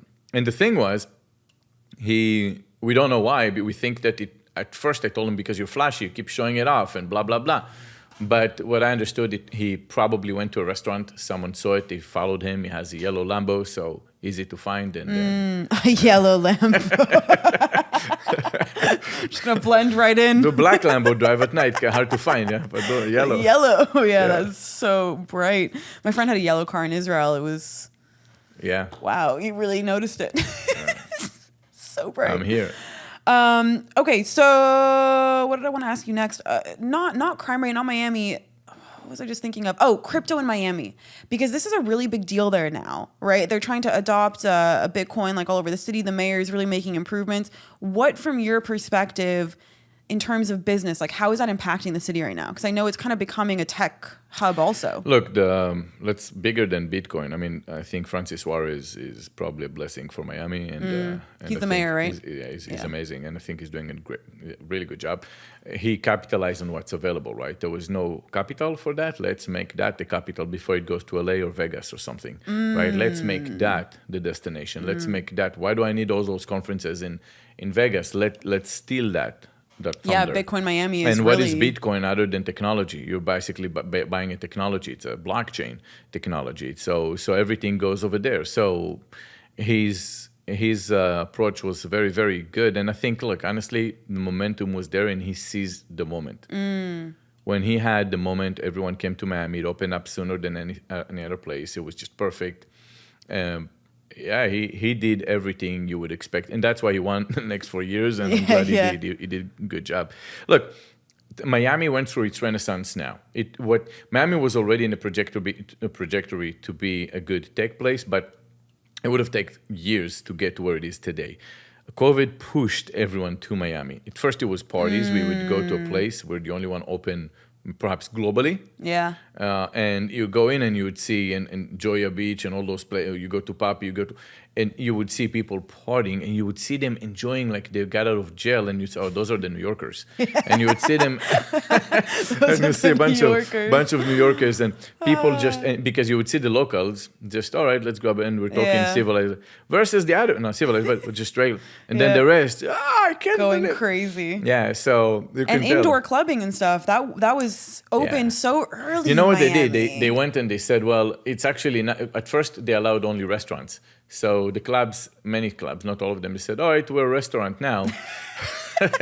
It's a restaurant, I mean, and people are allowed to come in. So they said, okay, it's a restaurant. So they went there. And then the second part, when they actually said clubs are opening, the opening night at Bleav was crazy. Was insane. And I remember that was after the acquisition. And I told them, guys, we have to jump into Bleav. Instead of events, just get a table and leave influencers. It's going to be fun. Yeah. It's part of the connection. And it was packed. I mean, you would have our table, you would see all the celebrities, any celeb you can imagine, they were all there. Yeah. Just Papi is there with Maluma, and I love it was an Maluma. amazing night. It was an amazing night. Yeah. Maluma is so talented. You know he's going to be in a movie soon. It was just in a movie. Did it already come out? Yeah. Well, actually, the movie grossed. You know how much they grossed in the first weekend? Was it good? It was with J-Lo, right? Okay, so I'm assuming the Spanish market probably was pretty big then. Well, I didn't tell you how much they grossed. Okay, give me what's the number? It's either gonna be really low or really high. 540,000. I knew it was gonna be so low. That's what I heard. I don't know. I was like, I might be wrong, but I heard that's what they grossed. I was bracing myself for a really low number, Yeah, but that's tragically low. Oh my god. Hey, but listen, it's all good. I mean, 500 grand is 500 grand. It's all good. Yeah. I wonder what loss they took on that. That's crazy. Yeah, it wasn't coming out of their pocket. I mean, yeah, obviously not them. It's so club serving food to me, that is genius. And if clubs started serving food everywhere, I would actually go to them more. So I just want to put that idea out there that all clubs should become restaurants. Hey guys. You heard that? Yeah. And don't release a movie. The collab scene is an interesting scene when you look at collabs today when they come in with the bottles. The whole bottles, the way it came to America, with the lights. It wasn't a light. It wasn't a thing in America, and it started where I think Ibiza or like Mykonos, Ibiza, yeah. And then people that owned clubs over here, I think it was people like at the time it was Nikki Beach and all those crew. They went over and they said, "Shit." Is there a Nikki Beach in Florida? There is, yeah. There is? Okay. There's a Nikki Beach. I don't know if it's still on, but it's a thing. But the founders went over there and they came back and they said, they go and they see that people come with a bottle and they said, well, why are we selling glass by glass? Let's sell bottles. And that's how everything changed. Then it took a minute. Now you go to actual restaurants. Yeah. And you see them coming with bottles. So when you go to Sea Spice in Miami, when you go to Kiki on the river, they go with bottles. And then Papi does this. So it's like, why are we selling glasses of? Let's just go and do a bottle with the whole shebang, and you feel like a club. We cash out more. Alcohol is most of the money, so let's. So not only are all the clubs turning into restaurants that way they could stay open, but all the restaurants were turning to kind of clubs. They added that feature to turn more profit. Yes. It's like Hasalon. You know Hasalon in Tel Aviv? A salon, yes. Yeah. It's kind of like Shanni. Shanni, what's his name? Yeah, amazing. Yeah. I didn't know that they serve bottles like this. But they do. They have their 7 p.m. service, which is like the grandparents, and then they have the. Oh, you're the talking 10 about p.m. that place that they're opening. Yeah, I know Yeah, that yeah. all the yeah. It has a couple of restaurants. Yes, Is so it I know not which one you're Hasalon? talking What about. is it? No, it's a salon. Yes, you're right. It is- I've been there. Yes. The one where the 10 p.m. one is crazy. Yeah, it goes crazy. Shit goes nuts. Yeah. Everyone's on the table. Yeah. He picked it up from here. It was first year. I mean, I of course. do not believe that he came up with that No. first. There's no freaking way. No. Sitting in Tel Aviv, Go to Papi, say thank you, Papi. That was Papi. Yeah. It's hilarious. Okay, so I want to end off with just like some unconventional business advice because I know you have really good unconventional business advice, and specifically when it comes to hiring people, I'm actually really interested in your thoughts on that. I know you have a good eye for people, and I'd love. I mean, this podcast is free, you guys, which is incredible because we've already dropped so much information. But please keep teaching us. I think the only advice I have to say is that you're going to gain your experience with hiring people, and I think everyone has their own eye and everything else. I don't want to go too much in specifics. I think it's not about the hiring, it's more about the firing. If you're not firing fast enough, that is the problem. Look, here's where you have to understand the problem in a company. If you, as higher as you go on the food chain, let's just say instead of just a manager, you go to be a director or VP. If you're not the right person, if you're a B player and not an A player all the way high in the organization, that's where it gets dangerous. Because an A hire A's, B's hire C's. So if you are a B player, the reason you don't hire a B or an A, you want to hire a C, is not because you don't know who's the A or B. It's because you care about your self-preservation in the organization. A B is a threat, not to mention an A. You don't want them. They're going to get promoted over you. It's time for you to be the A by chopping off the A's and the B's and then keeping only the C's. And that's why it's absolutely imperative for you to let those people go as fast as you can. The question is not as much as how good you are in hiring, because it is what it is. You might have the eye or not. You're going to gain your experience. You're going to get better. But it's about, you ask yourself, all right, how many, me versus my competition, who retain the bottom 10% longer is the one that's going to lose. Right? Look, there's another part when you have to understand how it works in a traditional organization. The rule is, and repeating someone else, but I liked what they said. The square root of your employees will do 50% of your work. If you have 4 people, 2 will do 50%. If you have 100, 10 will do 50%. You have 1,000, 33 will do 50%. And it goes on and on to a point that if you take the whole world, 7 billion people, about 50,000 people, a small town will do 50% of the work, which that's humanity. That's why I have so little few billionaires. Right. That the productive people are fair. But why is it that when we're a small organization, all of us are productive equally? Why is it? There's more accountability, no? There's accountability. There's everything, right? But everyone understands what needs to get done. Everyone goes in the same direction. Everyone is motivated. But eventually we start having some free riders along us that make less contribution. And eventually, if we are not the ones to cut it short, we're not going to be efficient as a company. I'll give you an example. With BoxyCharm, we had about 120, 130 employees. We manage a community At the time you sold? At the time we sold. We had a community of 1.2 million members. We shipped so many boxes. We were able to manage the customer request. That's how efficient we were, right? It was imperative. You were always running lean. You never... Very lean. Yeah. And when you find that a person is not the right person, you have to let them go. Now, don't get me wrong. There is the emotional part behind this, where you don't want to let some people go because you fall in love, you feel sad for I relocated the person. Yeah, you don't want to fire. That's the negative side of an entrepreneurship. You have to do it. It's not going to work if you don't have. But everyone's seen and keep them longer and give another chance and another chance, and 2 years go by. And when you let them go, the only thing you regret eventually is not letting them go sooner. So how long would you say, like, what's the trial period? How long do you feel like you give somebody before you can kind of make a determination? Sometimes you say it in the beginning and you tell yourself, I can't just let them go in the beginning, give it a chance. So, in the first 3 months, depends how close they are to you, because sometimes there are separations. But the idea is that you have the people around you. 3 months, it's enough time. If you have managers that keep people for too long, you have to check the managers. Why did you keep them for too long? Don't give me excuse that I was that employee, so on, or managers or directors and so on. You have to keep them all in check, right? There has to be a churn. It is what it is. You have to be a churn. But there are tools that you can always use when you hire, right? We used Complex Culture. I think it was... that was the name. It's a personality test. It was one more data point. Oh, that's an interesting. So what was the personality test that you were looking for that would join Boxy? Every job criteria, every demand. If you take it has a different thing. Yeah. So sometimes you can say, well, one thing you never want to hire is a person that, it's just one of those challenges where you say, all right, some people are autonomous, complete autonomous. Some people are not autonomous. They need direction. And you said, you know what, in that skill set, it's fine. But then you have people that have low sense of urgency. All right, go for the government, maybe. Go work at the post office. Low sense of urgency. Okay, so you see a problem and you're like, let me finish my coffee before I... I'm such an urgent person. Like, when I can't reach people, right away, I'm like, let's fix this now. Let's move. No, that's actually really good information in terms of, because I think firing people is such a hard thing to do. It's so difficult to even splitting up, just in general business partnerships, or even just a business relationship, a one-off, whatever it is that isn't working for you. It's very difficult to, it's just hard. There's that emotional when it's business partnership, people might take all the time in the world to hire someone, but they'll jump into having partners early on, which is without crazy. any just before you get any partner, guys. You got to think 100 times. There is no going back. Partner is a wife. You got to have some sex a little bit before you go and you get married. It's the same thing. I was, so Christians, just jump right into your business partners too.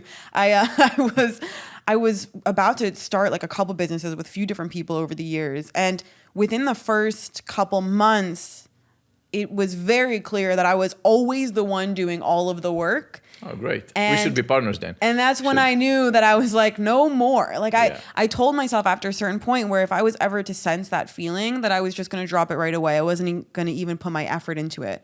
And I think that's an important thing to be able to, just like you have to fire people, you also have to be careful about who you get into business with.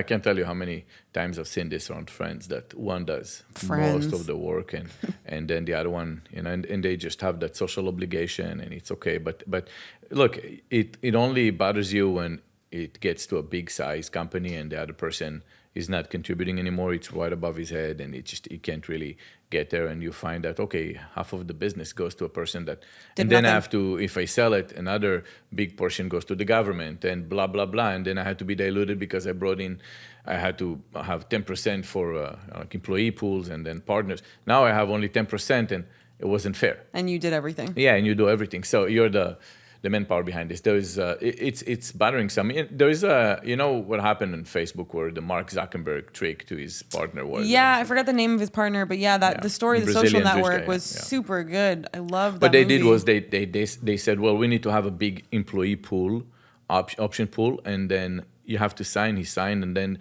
all that employee options pool they gave to Mark Zuckerberg, and they said, okay, so now Mark has this because we had to reissue a bunch of stocks, to triple the amount of shares. That's what happened? That's what they did. I don't think I understood the business side, but that's kind of crazy. So when you have a business and someone tells you, hey, can we just go and sign? Can we just make sure they don't have the right to dilute you unless they dilute themselves? It has to be equal. They can't just go and say, hey, we're going to create another option pool. We need like 3 times more shares. So we have to take from you, not from... Yeah, so now you had third of the business, now you have 7% of the business. And it's going to be for the employees. And then, I'm taking all those. So that's where you have to be very, very mindful. I mean, today it's much more challenging because of that case, but you have to be careful. Have they created more... Yeah, it's tighter Everyone now. knows about this. I mean, it's like when they implement rules where it's like no jumping in the pool or something, and you know it's because some kid went and cracked his head or whatever, jumping in the pool or like broke a foot. Exactly. Yeah. Exactly. Yeah. Yes. Okay, so I want to end off with one final unconventional business advice. I want to hear the worst advice you ever got that did not pan out. And this was actually a question from Nicole. I called her and she's like, the worst advice? Yeah. Oh man, why does Nicole have to come up with stuff I didn't think about before? That's what the podcast is all about. Woo.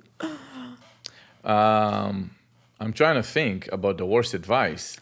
I mean, I know but people give a lot of bad advice, but like the worst, something that you maybe actually even tried that was just horrible. Well, I think, I don't know if it's a worst. I'm going to probably go home, think about it, like, oh shit, I had worst. I should have called, change it. But something that comes into mind right now is don't ever sell your business. As in people don't should sell their businesses. Forever, go on. What are you talking about? Why would I think about it? Yeah, look, I mean, look at any company. There is a maturity for every company. Look at Netflix. Yeah. They get stuck, right? Netflix is in a problem where I don't know who follows the stock market from the listeners, but Netflix is the stock market collapsed from 700 because to they now, dropped, right? Because subscriptions dropped or something. Well, before they dropped, they also they had there was a problem. They dropped before that because their CFO said something stupid on the previous quarterly earning, and then he said, "We don't know when we're not growing faster with member base." Oh, you don't know? Oh, it's a problem. Boof, drop. Then for the first time, they dropped just a little bit instead of growing after 10 years of only growing. Right. Which means they hit the ceiling. So now we're no longer a startup growing, not startup, but a fast-growing company. Now we know it's the... Right. So you can see everything has so there's something called the product life cycle. It's a business term. One of the only thing I remember from going to a business school, which is completely useless other than taking Spanish classes. Great. Just like, but one thing they call it, and they have to make it a term so they can justify the money or the tuition you pay. But so they call it a product life cycle, which means go to school, kids. Go to school. Yeah, pay all your money to school. Make sure you take your parents' money. Go in complete debt and get yourself a degree. Lifetime debt is important, guys. You're nobody without that. Go to medical school and then get a master's. Yes. Go get another PhD. No, go to business school. You be a generalist. Absolutely nothing. Go to English school, maybe liberal arts. Do something really liberal practical. Arts. That's so practical. Yes. Yeah, that will make you a lot of money. Especially when they have tenures, all those professors, and you know that they'll never fire them, no matter how bad they are. You know you can achieve a success in life from those particular people. Those are amazing. Those are the ones that you have to look for. That's the school that you want to go to. Really, you want to find those. Those tenures. Yes. Yeah. Yeah. So what did I talk about?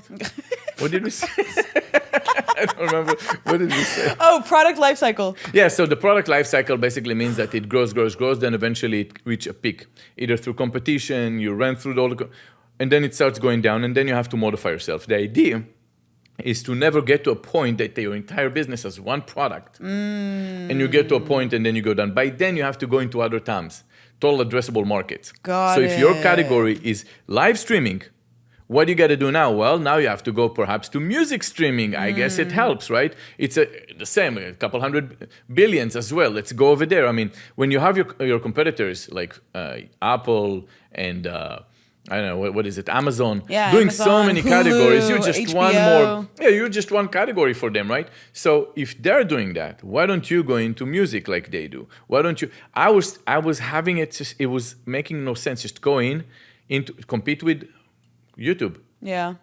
That's a huge TAM.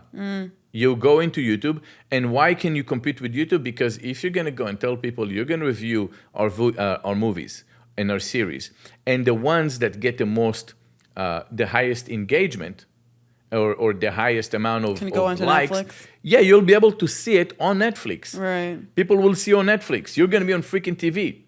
Yeah, that's Perhaps cool. you're gonna go and even see the movie cast after that, right?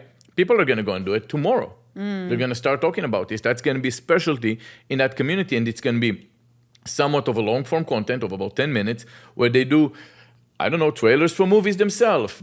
So you can do the trailer that the company did, the actual studios, versus the people's trailers, and you can produce it yourself. It's all editing. And I think that they should have done this, not now.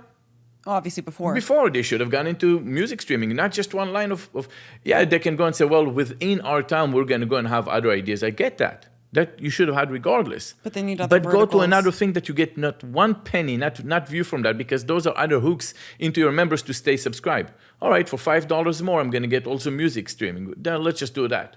So, I mean, Netflix innovated from discs, DVDs, all of that into the streaming platform that they have now. Why do you think that they did not innovate before this? Comfortable, like anyone else, human beings. They get comfortable. They were growing fast enough. There was no need to change it. It's not broken. Don't fix it. Well, you should have felt think about unbreakable. Yeah, think about it. Eventually, you're gonna reach a top. Going international is not easy. Every market has its own challenges. You can do great in America, not so great everywhere else. It's very hard to go international. You should have known. Look at the rest of the world. Right. It doesn't really come easy. So do it if you can grow internationally, good, but you're still within your own category.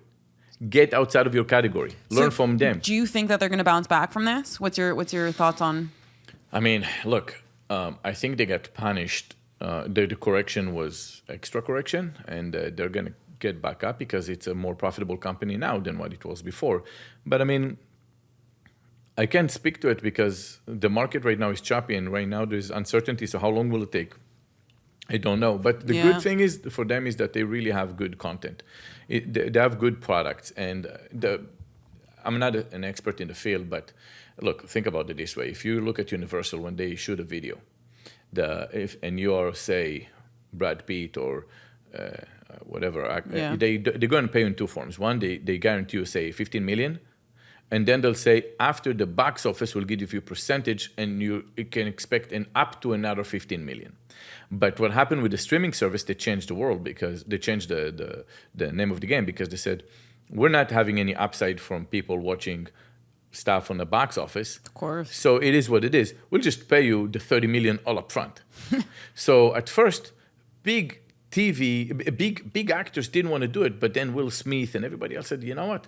We're getting paid all up front. No, I don't care. Let's just go. Yeah, why not? Leonardo, all of them, they got 40 million up front. Boom, let's go. So they're doing it because this is going to force you to subscribe to see the movie. At first, they weren't doing that. Now they have it all lined up. So that alone is going to give you a good example to stay. People will not unsubscribe from Netflix so quickly. Mm-hmm. You have a good movie, you're going to go and subscribe for them. Yeah. And then you're not going to jump and cancel that. So they're perhaps going to go a little bit more again here and there, but it is what it is. So, yeah, I mean, I can't speak to what's going to happen. Nobody knows. No one has a crystal ball. But I think, look, it's a tech company, and it takes a while for a tech company to bounce back. But they're more profitable now, so it's not going to go down. It's not going to be as hard. You're not going to see another 50%. I mean, I'm excited to see what transpires. I hope they break into like short form stuff because I think that'll be quite cool. I feel like people want that, they want to see. I mean, I don't know. They needed to create a social media user generated content. Yeah. So you don't have to produce all the videos. Exactly. And you can create another Charlie D'Amelio. So TikTok came and they said, okay, those are going to be the new stars for TikTok. They're gonna get famous. Okay, Charlie D'Amelio, her sister, boom, everything's gonna go viral with them. You can control that, and you can do the same with them. And because you see a couple rock stars blowing up suddenly, you're not giving it only to the existing ones. People are gonna want to be them, so then they're gonna do the same thing. Yeah. Right? It's gonna be stickiness to it. So your job is to get people to create content for you. Okay, so all the YouTubers already have all the setup, like you and everybody. They have the setup. You can go and push it, and let's go. So that would be the first thing that you should have done, and the investment is not major. It's not a major investment. Well, not for Netflix, relatively, right? Relatively for at the time they're $200 billion market cap, even more than that. Now they're, but still with $90-something billion.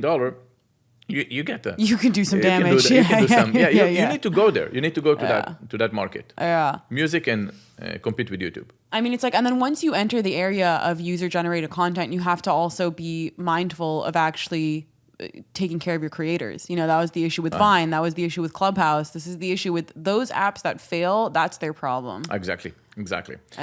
Especially if they're before they get too big to fail, right? And then, you know what I mean? A lot of them are just really shitty to their creators. Like they just weren't. Yeah. Well, I mean, I think the one part that they had was they weren't big enough to compete with Mark Zuckerberg that just go and added their feature on his platform. Yeah, which everybody's done. Yeah, so it was... But Snapchat is still alive, which I think is crazy.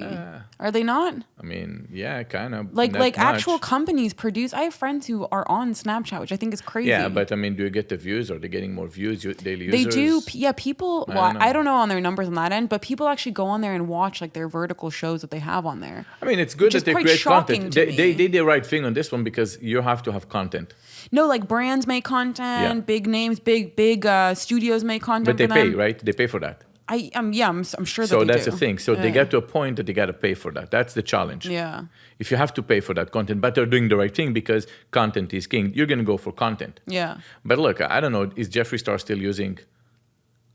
I don't think so. Is Jeffree Star still alive? Like where? Well, is he? yeah, he's alive. But I'm giving you an example. A lot of big people are. Yeah. All right, the Kardashians, the Jenners, are they using it? Right? It's just we ask yourself the question. Okay, so now they're really swimming against the current. Yeah.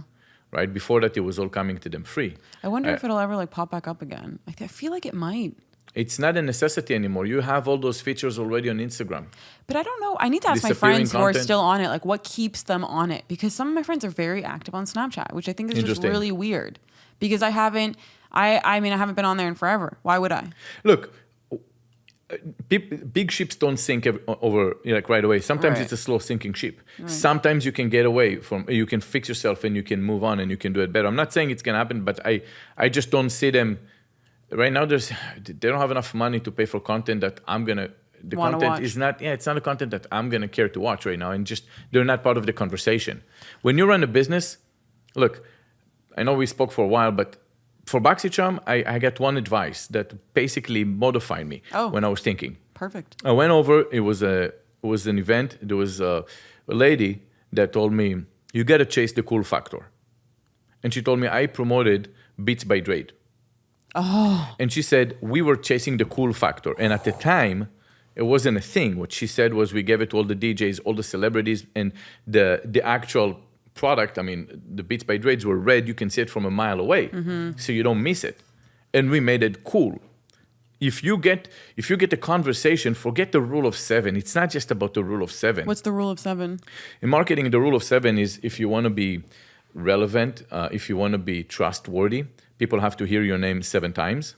Interesting. Before they feel like they can go and buy it. So it's an old rule. Today they say it's actually 11. I don't know if it's any more 7. You have to hear the name multiple times to say, I trust that I can buy that cereal. I trust that, or I want to buy it, right? It's gonna be a destination. If you want to buy a cereal, you see it in billboard, you see it, you hear about. You need to go and then look for that. So is that the same for converting, like let's say followers or something? No. Converting foul, yeah, absolutely. I mean, you keep hearing something about someone. Eventually, it's gonna soften the target, right? You're gonna keep shooting and shooting at the wall. Eventually, the wall is gonna collapse, right? So that's a technical term for that. So that was the thing. So there's the rule of 7. But the cool factor is what makes people want to talk about you. You're relevant. You're cool. I want to go and wear this. I want to use it because that's gonna make me look cool. How do I get to be cool? I want to be like that person. That cool factor help you with the awareness. The rule of 7. The rule of 7 helps you with the awareness. That helps people want to talk about you. Influencers sometimes didn't want to talk about boxes, except Boxy, because Boxy was cool. Kylie didn't want to talk about anything, but Boxy made sense for her. Yeah. Because it was cool. Because it adds to their image. It makes them feel cooler and interesting. Yeah, so if you want to go and you need to think about the cool factor. You got to chase the cool factor.